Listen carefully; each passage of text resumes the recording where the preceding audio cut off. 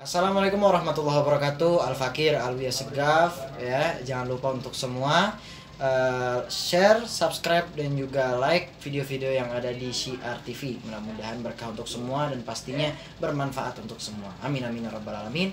Assalamualaikum warahmatullahi wabarakatuh.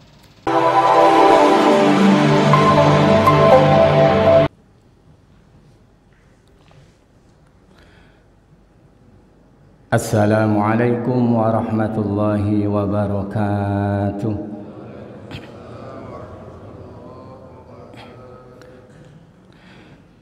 A'udzu billahi minasy syaithanir rajim.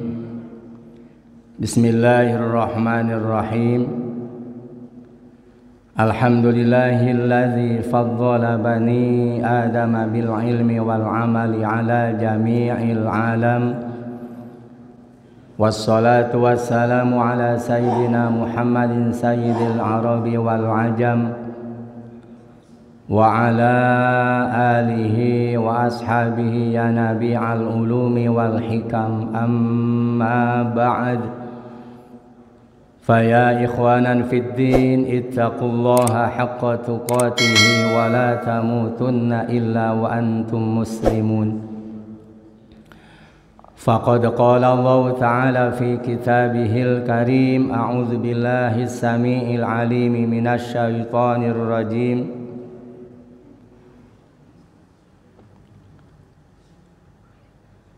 Wa aqimus salata wa atuz zakata warka'u ma'ar raki'in.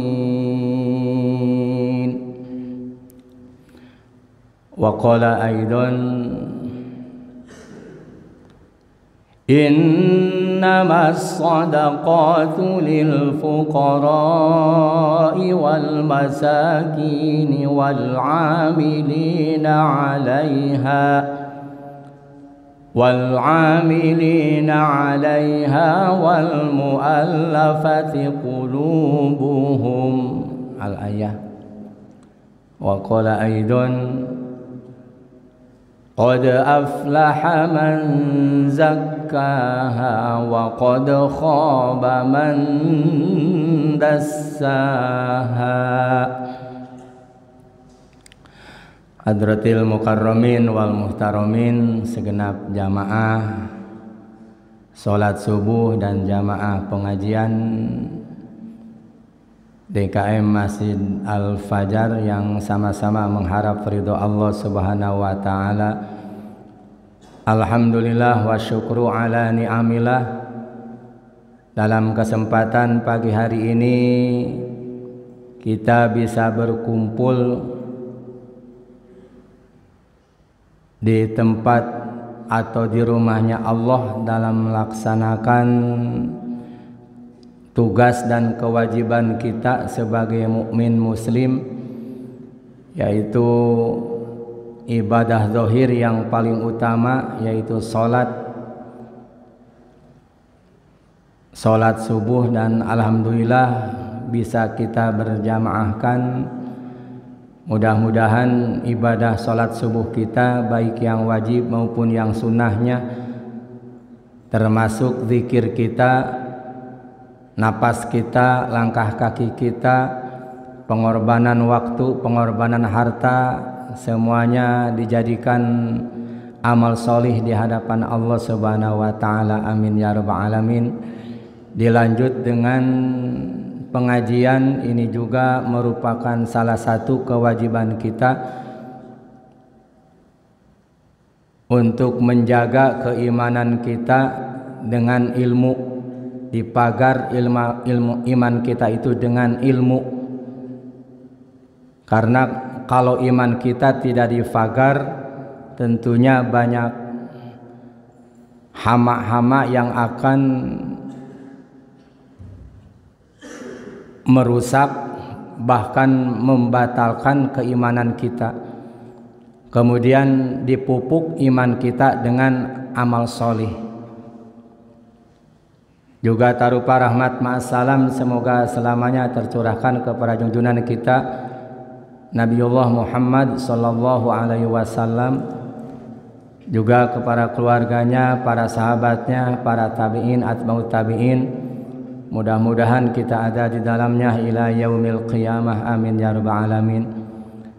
Untuk mengawali di pengajian pagi hari ini, marilah kita buka dengan diawali dengan kalimah-kalimah yang baik, niat-niat yang baik, ucapan-ucapan yang baik. Dengan kalimah tersebut mungkin saja selama 1 pekan atau 1 hari, bahkan detik pun bisa jadi menimbulkan yang tidak terasa bahwa ucapan atau perilaku kita atau keyakinan kita yang salah atau keluar dari rel aturan agama Allah Subhanahu wa taala. Yaitu kita sama-sama mengikrarkan kalimah thayyibah, kalimah istighfar, kalimah syahadatain, dan kalimah ikrar tasdik dengan penuh kehusuan.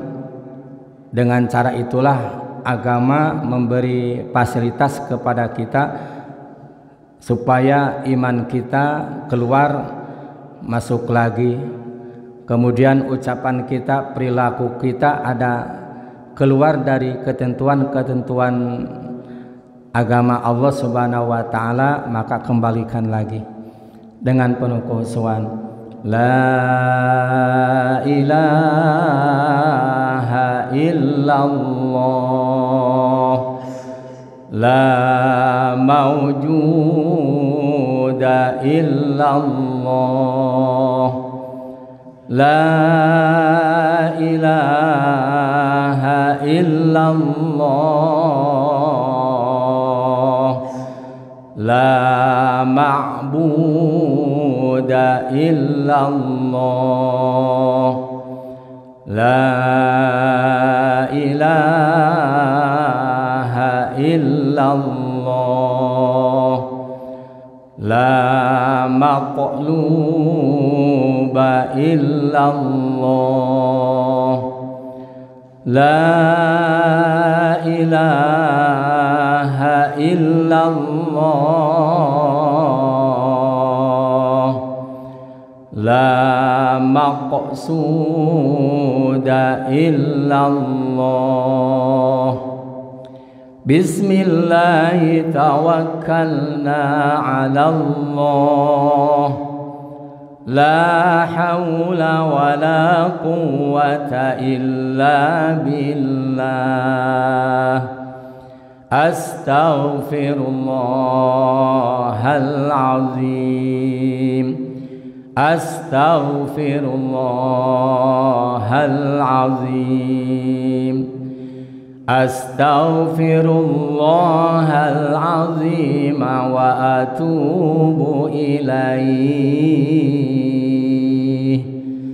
Ashhadu an la ilaha illallah wa ashhadu anna Muhammadar Rasulullah.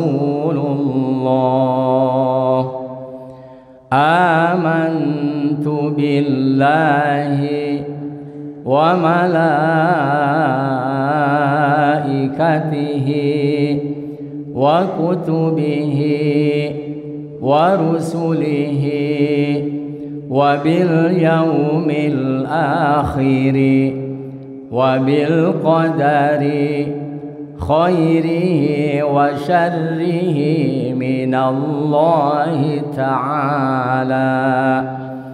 Raditu billahi rabba wa bil islami dina wa bi Muhammadin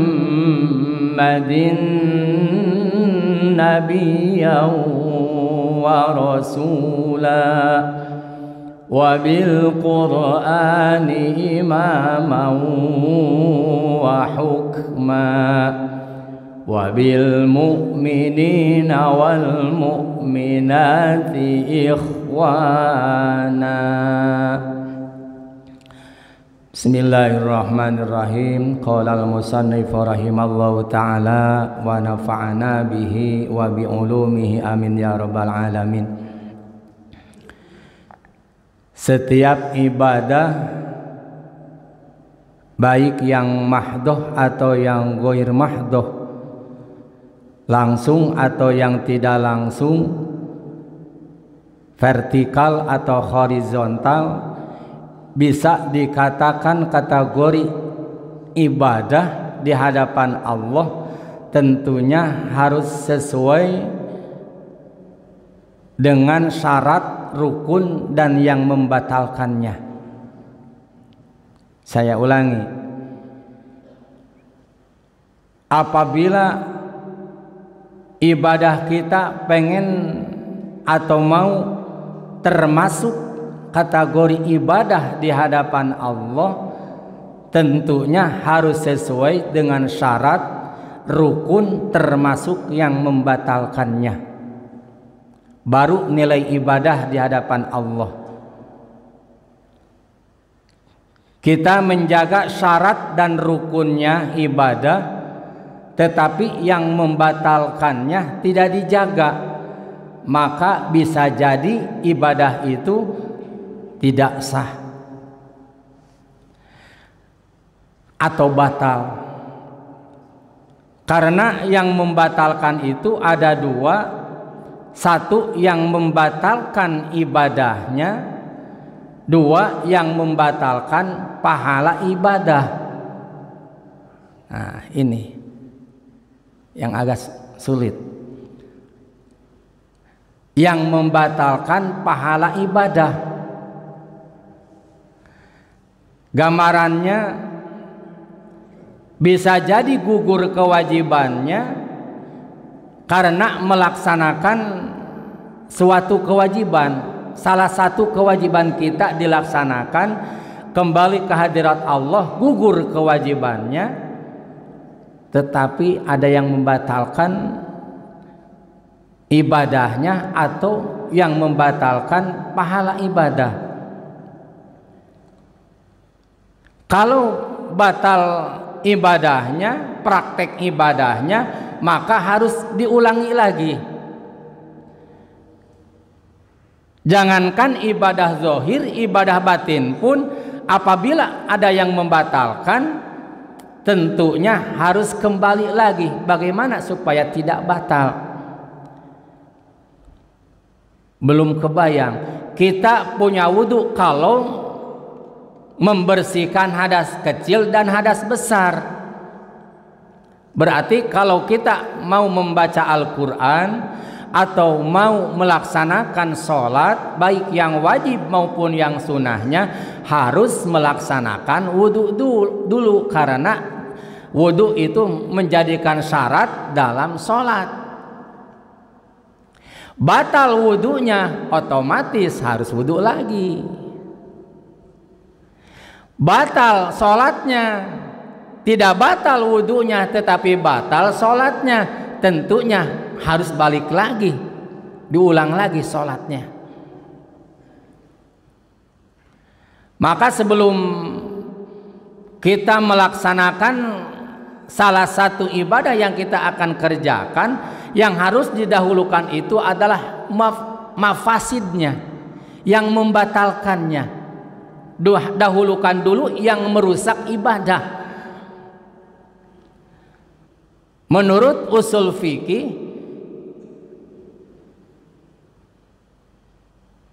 jalbul mafasid muqaddamun ala jalbil masolih, atau mendahulukan atau menjaga pemafsadatan atau yang membatalkan sesuatu apapun, muqaddamun didahulukan ala jalmil masolih dibanding menarik atau mengambil kemaslahatannya.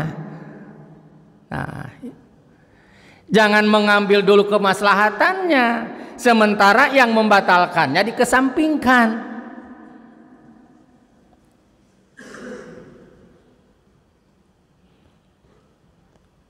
Nah, lulus praktek ibadahnya tidak batal, tetapi ada yang membatalkan pahala ibadah. Nah ini ya, halus ini, karena tidak kelihatan. Maka harus introspeksi diri masing-masing. Setelah kita melakukan salah satu ibadah kita, dikontrol lagi. Beres apakah bacaannya, beres praktek ruku dan sujudnya yang benar. Kemudian apakah pahalanya ada yang membatalkan? Tidak. Kenapa? Kalau kita lulus praktek ibadahnya, di hadapan Allah gugur kewajibannya, tetapi minta kehadirat Allah Subhanahu wa Ta'ala, meminta pahala ibadah kita yang kita lakukan, baik yang sifatnya yang prinsipil, yang wajib atau yang sunnah, minta kehadirat Allah pahala ibadah tersebut, maka Allah tidak akan memberikan. Kenapa? Ada yang membatalkan pahala ibadah. Maka motivasi daripada ibadah itu apakah lillah, apakah karena dunia? Nah itu tah. Perhatikan. Bukan hanya sebatas dibaca dan dibaca di waktu sholat, tetapi tidak ada resapi. Inna sholati wa nusuki wa mahyaya wa mamati lillahi rabbil alamin. Nah, yang menjadi ibadah itu semuanya langkah kakinya lillahi ta'ala, mengorbankan waktunya lillahi ta'ala, mengorbankan hartanya lillahi rabbil alamin. Semuanya orientasi di situ, di lillahi ta'ala, baru ibadah itu diterima nilai ibadah di sisi Allah Subhanahu wa Ta'ala. Apabila ada sedikit keluar dari lillahi ta'ala, jangan harap pahala yang kita korbankan tengah malam kita ibadah kepada Allah, membaca Quran kemudian qiyamul lail, tetapi orientasinya bukan di lillahi ta'ala, maka tidak jadi apa-apa. Lihat dalam Al-Quran, man kana yuridu harsal akhirati nazid lahu fi harsi. Barang siapa yang mengharapkan kehidupan yang abadi, kekal di akhirat, ibadah kita, amalan kita, bekal kita untuk hidup di alam akhirat. Kita melaksanakan qiyamul lail karena pengen hidup, bekal hidup di alam akhirat yang kekal. Kita melaksanakan sholat baik yang wajib maupun yang sunnahnya karena satu diperintah oleh Allah dan Rasulnya, yang kedua untuk bekal hidup yang selanjutnya yang abadi. Nazid lahu fi harsi, maka kami, kata Allah yang di Allah ini, nazid lahu fi harsi, maka kami akan menambahkan. Jangankan urusan akhirat, urusan dunianya pun akan diberikan oleh Allah. Kalau orientasi kita dengan lillahi ta'ala. Tetapi kalau motivasi kita karena dunia, awas. Jadi harus dunia, harus akhirat tetap. Kita usaha berangkat subuh pulang malam, itu ibadah lillahi ta'ala, jadi nilai ibadah. Maka para ulama mengatakan banyak orang yang sifatnya akhirat tetapi jadi dunia karena motivasinya yang salah. Dan banyak orang yang kelihatannya melakukan amal dunia tetapi jadi amal akhirat. Hebat, luar biasa. Contoh gambaran kecilnya, Pak Haji Noto sering keluar karena dia mencari nafkah, tetapi tujuannya bukan karena duniawi, tetapi untuk jamaah, untuk bekal ibadah. Maka berangkatnya pun jadi ibadah. Tetapi kita rajin ke masjid, rajin qiyamul lail, tujuannya bukan karena akhirat tetapi karena dunia, tidak jadi apa-apa. Hancur ibadah kita. Wa man kana yuridu harsad dunya nu'ti minha wa ma lahu fil akhirati min nasib.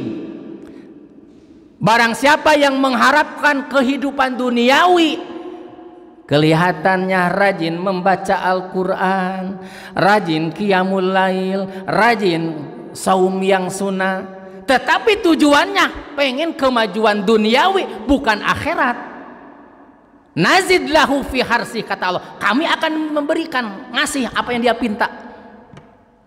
Tetapi wa ma lahu fil akhirati min nasib, tetapi dia kembali ke akhirat minta pahala yang dia lakukan min nasib, tidak ada bagian apapun. Subhanallah. Ingat, yang membatalkan dulu, yang membatalkan ibadah kita dan yang membatalkan pahala ibadah kita. Jaga, jaga dan jaga. Cuma 3 faktor: tahta, dunia, tahta harta dan wanita. Termasuk wanita itu di dalamnya istri kita. Kalau mengganggu kehusuan kita, keikhlasan kita, istri kita, awas. Beberapa ayat di zaman Nabi Musa alaihi salam, gara-gara si istri diiming-iming oleh raja di waktu itu, harus bahwa Nabi Musa harus mendoakan Bal'am bin Ba'uro, salah satu ulama di waktu itu, harus mendoakan Nabi Musa bahwa supaya Nabi Musa ada dalam kehancuran. Diiming-iming oleh si istrinya Bal'am bin, ulama besar di waktu itu, diiming-iming oleh raja supaya mendoakan keluar dari mulut Nabi Musa, karena Musa itu adalah Nabi Allah yang tercinta, pasti doanya diijabah oleh Allah. Tidak mau awalnya, ulama namanya juga. Akhirnya karena istri, karena wanita, akhirnya Bal'am bin Ba'uro, apapun yang dipinta oleh sang istrinya disetujui. Akhirnya berdoa Bal'am bin Ba'uro, akhirnya bagaimana? Diijabah gak? Keluar lidah daripada Bal'am bin Ba'uro, manjangin, panjang keluar. Na'udzubillah summa na'udzubillah.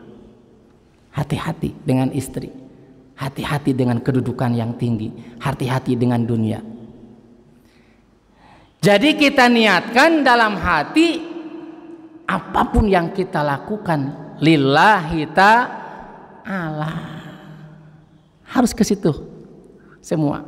Walaupun kita kelihatannya mencangkul, lalu kita membersihkan, tetapi tujuannya adalah mencari keridhaan Allah. Jadi ibadah, jadi ibadah semua. Bapak yang dirahmati oleh Allah Subhanahu wa taala, melanjutkan materi. Nah, karena ada hubungannya nih.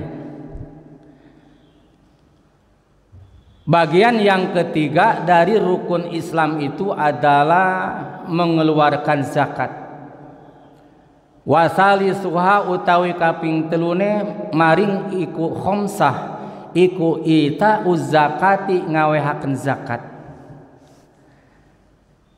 Yang ketiga dari bagian yang ketiga dari rukun Islam yang 5 itu adalah ita uzzakah, menunaikan zakat. Zakat ini merupakan salah satu kewajiban dalam Islam. Syahadatnya beres, syahadat munjin Karena syahadat ada dua, satu syahadat syar'an, dua syahadat munjin. Syahadat dua bagian, maaf saya pakai singiran Sunda ya, nanti dijelaskan lagi. Syahadat dua bagian, kahiji syahadat syar'an, kadua syahadat munjin, kade kudu telik pisan. Syahadat ada dua, syar'an cuma sebatas membacakan, mengikrarkan dua kalimat syahadat. Hukum dunia dia dihukumi muslim, sembelihannya halal, menikahkannya dengan muslim lagi halal. Menurut dunia, orang yang bersyahadat tidak boleh dihina, tidak boleh sejelek apapun dia kesalahannya, tidak boleh dicaci maki. Kalau dia menurut dunia adalah muslim, tidak boleh. Awas, kesalahan saudara kita wajib kita jaganya. Jangan sampai keluar mencaci maki baik sesama kita, bawahan kita, atasan kita. Kalau dia namanya muslim, tidak boleh. Tidak boleh mencaci maki. Jaga kehormatannya. Orang yang bersyahadat, contoh di zaman Rasulullah Sallallahu Alaihi Wasallam, di waktu perang, begitu mau dibunuh oleh sahabat, kelihatan oleh baginda Rasul, tidak boleh. Kemudian dia mengikrarkan dua kalimat syahadat.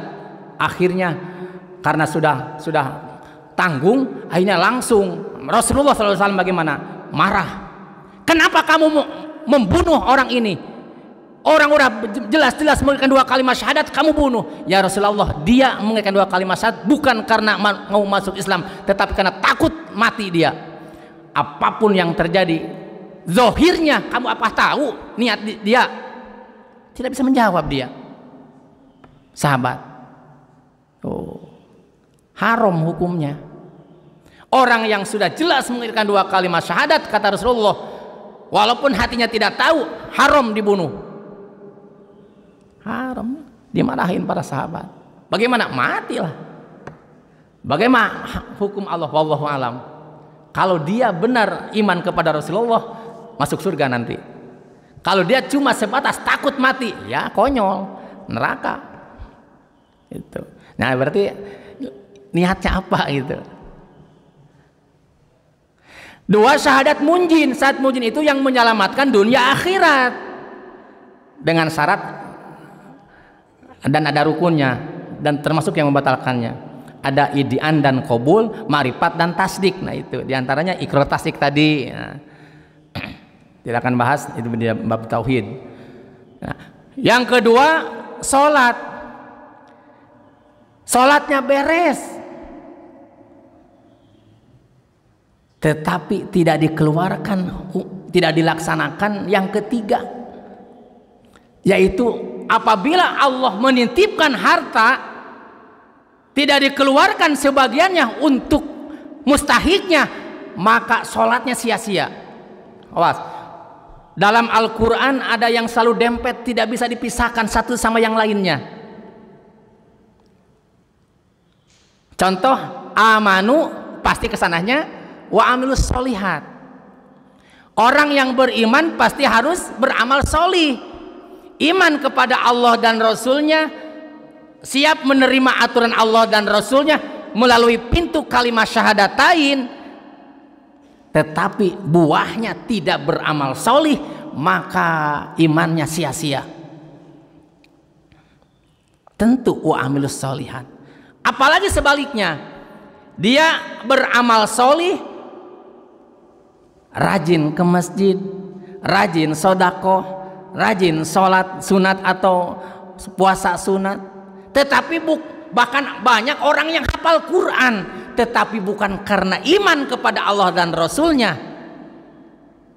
maka amal soleh itu dalam surah Ibrahim, masalul ladzina yunfikuna masalul ladzina kafaru a'maluhum karomadin istaddat bihirrih perumpamaan orang yang kufur, tidak iman, kufur itu kepada Allah dan Rasulnya, a'maluhum, seluruh aktivitasnya, seluruh kegiatannya, seluruh amalnya, karomadin, seperti debu, istadat bihri, kemudian datang angin yang begitu besar, istadat biru, semua ditiup oleh angin, puah, hancur semua, habis.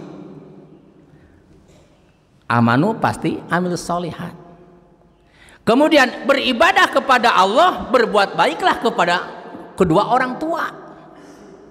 Nah, ihsan bukan hanya sesama muslim orang tuanya, walaupun non muslim orang tua kita, umpamanya naudzubillah, atau mertua kita, atau sekalipun ada anaknya muslim tetapi orang tuanya bukan muslim, wajib menghormatinya, berbuat baik, ihsan. Kita ibadahnya beres tetapi tidak berbuat baik kepada orang tua, jangan harap ibadahnya diterima. Nah, ayat selanjutnya yang selalu dempet, aqimus sholah wa atuz zakah. Apabila kalian menegakkan sholat, harus dikeluarkan zakatnya. Apabila salah satunya dikerjakan, yang satunya lagi tidak, batal yang satunya. La sholata, hadisnya, la sholata liman la zakatalah, tidak sah sholatnya, tidak jadi sholatnya apabila tidak dikeluarkan zakatnya. Begitu juga sebaliknya, la zakata liman la sholatal. Ada yang seperti itu, ada yang zakat saja tapi sholat kagak, ada banyak. Cuma sebatas mengeluarkan zakat fitrah, saumnya kagak, sholat yang wajib kagak, sah gak zakatnya? Tidak. La zakata liman la sholatalah, tidak sah zakatnya apabila tidak dikeluarkan, tidak didirikan sholatnya. Coba kalimat aqimus sholah, kalau diawali dengan aqimus sholahnya, menegakkan sholatnya fi'il madi, maka kesannya fi'il madi lagi. Wa aqamas sholata wa ataz zakah, fi'il madi, dan dia sudah menegakkan sholat dan sudah mengeluarkan zakat. Kemudian pakai fi'il mudhari, yuqimunas sholata wa yu'tunaz zakah, pakai fi'il mudhari. Fi'il mudhari lagi. Fi'il amar, perintah, aqimus sholata wa atuz zakah. Sama. Kalau isim fa'il awalnya dia yang menegakkan sholat dan dia yang melakukan zakat, wal muqimunas sholata wal mu'tunaz zakah. Tuh. Dan mereka yang menegakkan sholat dan mereka yang menunaikan zakat. Dari segi lafaz, kalau redaksinya sendiri, mufrad lagi, tasniyah lagi, jamak lagi. Contoh mufrad, aqamas sholah, jamak itu lebih daripada dua. Mereka lah yang menegakkan sholat. Aqamus sholata wa atawuz zakah. Tuh. Perhatikan, bukan sebatas dibaca dan dibaca saja. Apa sih kandungan kalimat tersebut? Artinya apabila kita laksanakan salah satunya mengakibatkan batal apabila yang satunya lagi tidak dilaksanakan. Nah, apa yang dinamakan dengan zakat? Zakat itu menurut lugot, menurut bahasa adalah atathiru, suci dan berkembang. Sebatas bersih, suci, itu adalah zakat. Ini mana bersih, ini meja, zakat menurut lugot mah, bahasa mah. Dia mah berkembang ilmunya, zakat menurut lugot mah. Tetapi zakat menurut istilah syara yaitu mengeluarkan sebagian hartanya apabila dia sudah mencapai nisab, kepada yang wajib menerima zakat tersebut, atau yang disebut dengan mustahik. Kalau bukan mustahik mah jangan, nanti disebutkan satu-satu mustahik. Nah, zakat ada berapa zakat? Zakat ada dua. Satu, awalnya sodakoh itu disebutnya. Sodakoh ada dua. Satu sodakoh yang wajib, dua sodakoh sunat. Sodakoh yang wajib terbagi dua. Satu, zakatun nafs atau zakat fitrah. Dua, zakatul mal, zakat harta. Itu yang wajib. Ulangi, sodakoh yang wajib terbagi dua. Satu, zakatun nafs. Dua, zakatul mal. Zakatul nafs yang disebut dengan zakat fitrah. Nah, sebentar lagi dilaksanakan. Kita akan insya Allah mudah-mudahan nyampe usia kita sampai Ramadan. Nah, saum kita laksanakan, sholat kita laksanakan, tetapi zakat fitrah untuk membersihkan diri kita tidak dikeluarkan, maka pahala saumnya itu muzabzabun bainas sama iwal ar, guntang gantung istilahnya. Dari bumi sudah berangkat ke langit tidak nyampe. Nah, untuk menyampaikannya itu dengan zakat fitrah. Kapan mulai wajibnya?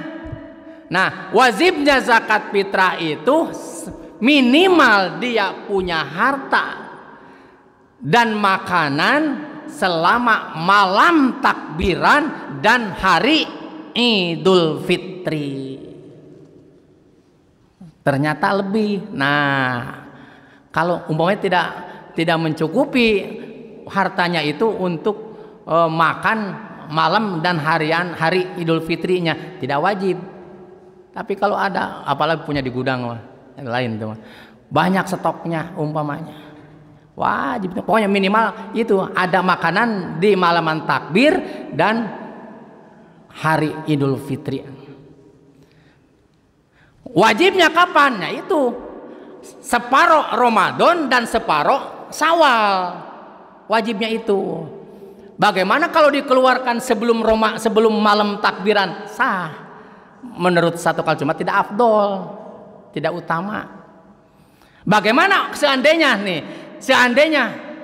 dikeluarkan separuh Ramadan umpamanya sebelum, karena wajibnya adalah malaman takbir dan hari itu sebagian separuh Ramadan dan separuh Syawal, mending habis tutup umurnya. Nah, dalam ilmu fikih umpamanya keluarganya mau diambil lagi zakat fitrahnya boleh kalau nggak malu mah. Cuma menurut hukum boleh. Kenapa? Sebab wajibnya zakat fitrah itu pas malaman takbir dan hari takbirnya, sampai dikeluarkannya sampai si imam naik mimbar. Maka perhatikan kalau yang pulang ke kampung, perhatikan kewajibannya. Nah, artinya seandainya usia kita atau seseorang habis sebelum wajibnya dikeluarkan zakat fitrah, tetapi sudah melakukan zakat fitrah, boleh diambil lagi. Karena wajibnya itu. Tapi kalau mau disedekahkan, sedekahkan aja. Bagaimana hukumnya? Tidak jadi zakat fitrah. Tidak. Walaupun niatnya zakat fitrah, tetapi tidak termasuk zakat fitrah. Bagaimana? Sedekah termasuknya. Sedekah. Jadi pahala, zakat fitrah, zakat mal. Maka qad aflaha man zakkaha, bagi orang yang mengeluarkan, membersihkan dirinya. Qad aflaha, jelas-jelas dia termasuk orang yang beruntung, orang-orang yang berbahagia, orang yang membersihkan diri dan membersihkan harta. Maka kalau berdoa jangan mau harta yang melimpah, jangan. Ngapain melimpah? Orang melimpah di sana sini, bagaimana ngurusnya? Kalau melimpah, tapi pengen atau mau harta yang barokah, tidak seberapa tapi cukup. Barokah bagaimana barokah? Menurut logika mah kita pengeluaran per bulan umpamanya 10 juta, umpama contoh, dapat honor dari PT UMR berapa? 5 juta, kebutuhan 10 juta, kemudian ditambah lemburan ya sekitar 7 juta lah, belum nyampe, tetapi malah lebih. Barokah namanya. Tahu dari mana? Nah, jadi yang kita pinta bukan melimpah, bukan, tapi barokah. Karena melimpah mah jangan. Saya tidak setuju. Kalau berdoa mudah-mudahan harta kita melimpah, jangan. Kalau melimpah bagaimana ngurusnya? Baru punya rumah di tingkat juga, yang tingkat kedua jarang dibersihin, apalagi melimpah di sana di mari, di mana-mana. Jangan. Ya. Gambarannya seperti itu. Minta rezeki yang barokah. Kemudian itu zakat mal banyak. Dari petani ada yang wajib dikeluarkan, zar'u berarti. Ada umpamanya kita punya emas dan perak umpamanya. Minimal sekian kan kita dikumpulkan, beli emas taruh, apa emas batangan umpamanya taruh umpamanya. Awas. Orang yang mengumpul harta emas dan perak kemudian tidak disumbangkan, ke bahasa umumnya disumbangkan di jalan agama Allah, maka berilah kabar berita bagi dia adalah siksa yang pedih. Dalam surah At-Taubah, walladzina yaknizuna az-zahaba walladzina yaknizuna az-zahaba wal fiddata wala yunfikunaha fi sabilillah fabashshirhum bi'adzabin alim. Orang yang mengumpul-ngumpul emas dan perak, wala yunfikunaha, tetapi emas dan perak itu tidak dikeluarkan infaknya sebagiannya di jalan agama Allah, fabashshirhum bi'adzabin alim. Saking itunya Allah marah, berilah kabar kegembiraan bagi dia. Tapi ujungnya coba, kabar gembira tapi dengan siksa yang pedih. Bagaimana? Ada kabar gembira nih bagi kalian umpamanya, apa? Kalian tidak boleh kemana-mana, atau didenda lah istilahnya. Nah itu coba gimana? Saking Allah marah. Fabashshirhum bi'adzabin alim. Bukan hanya emas perak, apapun, termasuk orang banyak uang dikumpulkan tidak dibelanjakan, tapi dengan syarat haul 1 tahun, minimal 80 berapa gram kalau dimaskan, 83 ya, 83 gram punya uang, berarti 82 juta lah, terus lebih dari situ, tidak dibelanjakan selama 1 tahun, maka kena dia nisab. Hati-hati yang punya duit gede. Kalau punya duit belanjakan, maka Pak Jinoto pinter dia, cepat beli apa. Nah, dibelanjakan buru-buru, kena nisab. Tapi bukan pergi dari situ, bukan kebetulan waktu itu butuh, ada yang menjual dan kita juga ada butuh juga. Nah, tidak apa-apa. Tapi kalau maksud selain itu karena takut kena zakat, dosa itunya, dosa karena menghindarinya. Jadi wajibnya zakat itu adalah haul 1 tahun. Kalau kita seberapapun punya harta, kalau dibelanjakan dulu sebelum 1 tahun tidak kena. Cuma ada yang sunatnya nanti. Termasuk dagang. Orang yang suka dagang perhatikan minimal sama dari emas itu. 83 gram modalnya itu per tahun, hitung sekian persen keluarkan itunya. Jadi harus jadi ibadah sama, jadi ibadah. Kemudian yang kedua zakat atau sedekah sunat. Sedekah sunat itu yaitu selain zakat fitrah atau zakatun nafs dan zakat mal yang disebutkan tadi, ingon-ingon, ternak itu binatang ternak, kemudian emas perak, zar'u, rikaz dan lainnya. Nanti ke depan. Kepada siapa? I'ta'uha liman wujida minal mustahiqina. Dikeluarkan zakat itu adalah liman wujida minal mustahiqina, bagi orang yang sesuai ketentuan mustahik. Fauron, dengan segera.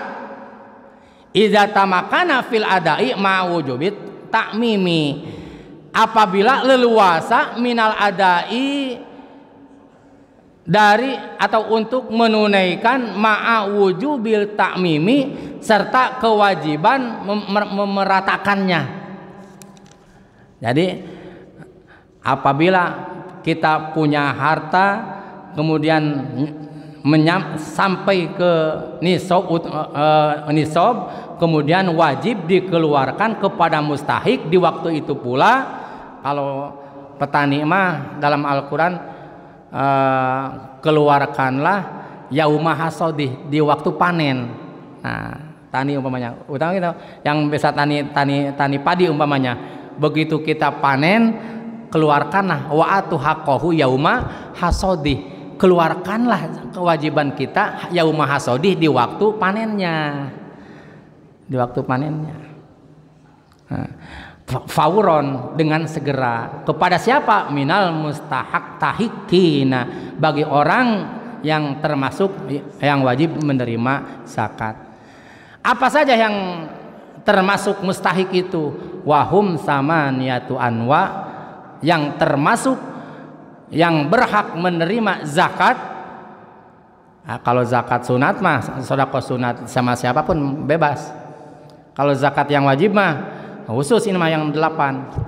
Nah, kalau yang sunat bebas, mau kepada siapapun ya, siapa saja, laki perempuan, yang gede yang kecil, termasuk dia agnia umpamanya, orang kaya tetapi ada yang mau sedekahnya, tidak apa boleh. Kalau sedekah yang sunat mah, nah ini yang wajib. Yang mustahik yang menerima itu 8 asnaf, yaitu zakat mal dan zakat fitrah, yang hukumnya sedekah wajib. Bagaimanakah definisi yang 8 itu dan siapa-siapa saja? Al awalu fakirun, yang pertama yang berhak menerima zakat itu adalah, atau yang kategori mustahik itu adalah fakir. Bagaimanakah yang kategori fakir itu? Nanti insya Allah kita lanjutkan. Tidak ada pertanyaan? Kalau tidak ada, kita tutup saja pengajian ini dengan sama-sama berdoa. Rabbin fa'na bima 'allamtana, Rabbi 'allimna alladzi yanfa'una, Rabbi faqihna wa faqih ahlana wa qarabati lana fi dinina, tawassalna bi ta'allumin, tawassalna bi ta'limin, antarzuqanal wasi'ah wa antarzuqal amanah.